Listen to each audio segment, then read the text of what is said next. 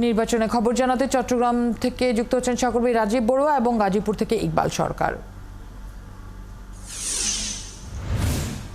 প্রথমে চট্টগ্রামের খবর জানবো। রাজীব, এই মুহূর্তে ঠিক কোন কেন্দ্রে রয়েছেন, সেখানে ভোট দিতে আসা মানুষের সংখ্যা কেমন, ভোটের পরিবেশ নিয়ে কি বলছেন প্রার্থীরা?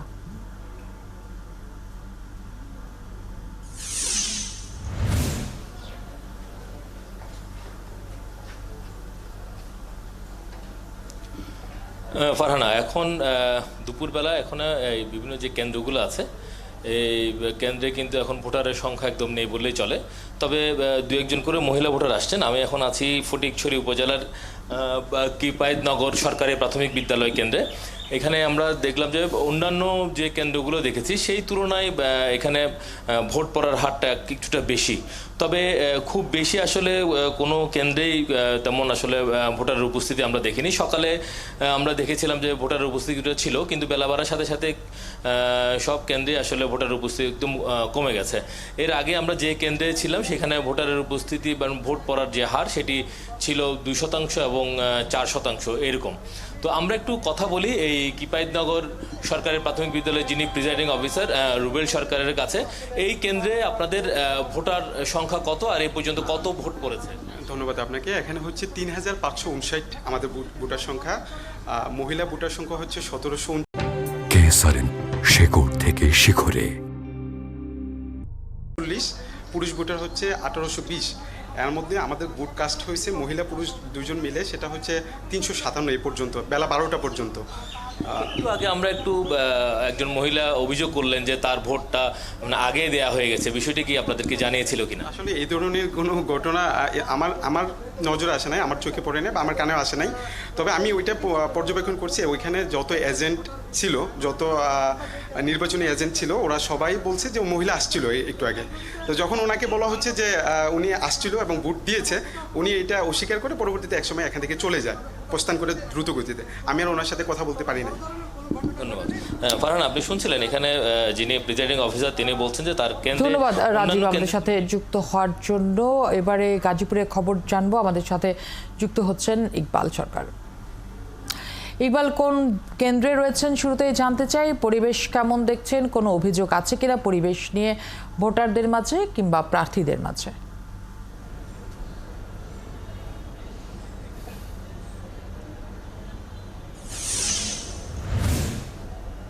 কেন্দ্রটিতে রয়েছে গাজীপুরের কালিয়াকৈর উপজেলা মুক্তিযুদ্ধ বিষয়ক মন্ত্রী আকম মোজাম্মেল হকের নির্বাচনী এলাকা। এটা এই উপজেলার যে শফিপুর সরকারি প্রাথমিক বিদ্যালয় এবং আরও একটি উচ্চ বিদ্যালয় রয়েছে।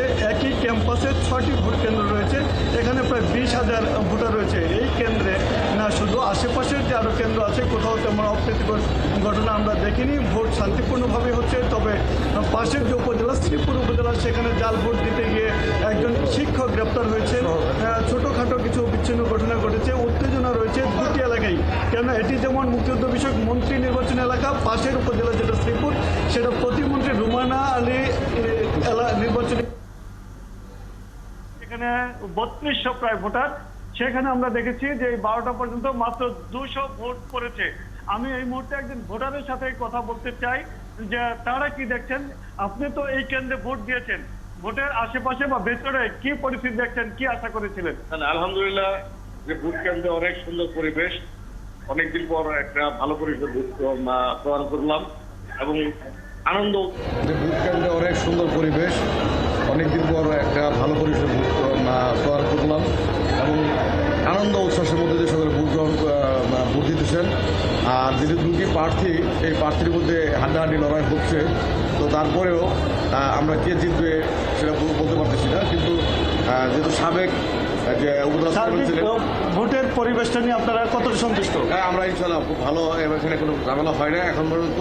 এখন দুপুরবেলা একটু ভোটের সংখ্যা কম, ভোটের উপস্থিতি কম, আবার দুপুরে পরে ইনশাল্লাহ সকলে। ধন্যবাদ। ফারহান, আপনি শুনছিলেন যে। ধন্যবাদ আমাদের সাথে যুক্ত হওয়ার জন্য ইকবাল। দর্শক সহকর্মীরা আমাদের তথ্য জানাচ্ছিলেন দ্বিতীয় দফার নির্বাচনের ভোট গ্রহণ নিয়ে, উপজেলা নির্বাচনের। চট্টগ্রাম থেকে রাজীব বড়ুয়া এবং গাজীপুর থেকে ইকবাল সরকার।